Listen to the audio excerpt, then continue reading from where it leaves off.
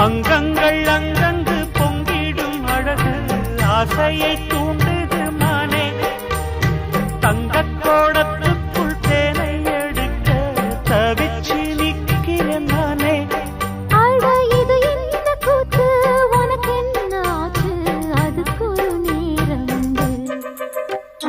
தாழம்பூச்சர மானே என் மேல தாகத்தை சொல்லுதடி, தொட்டுக் கொள்ளும் வேகத்தை சொல்லுதடி.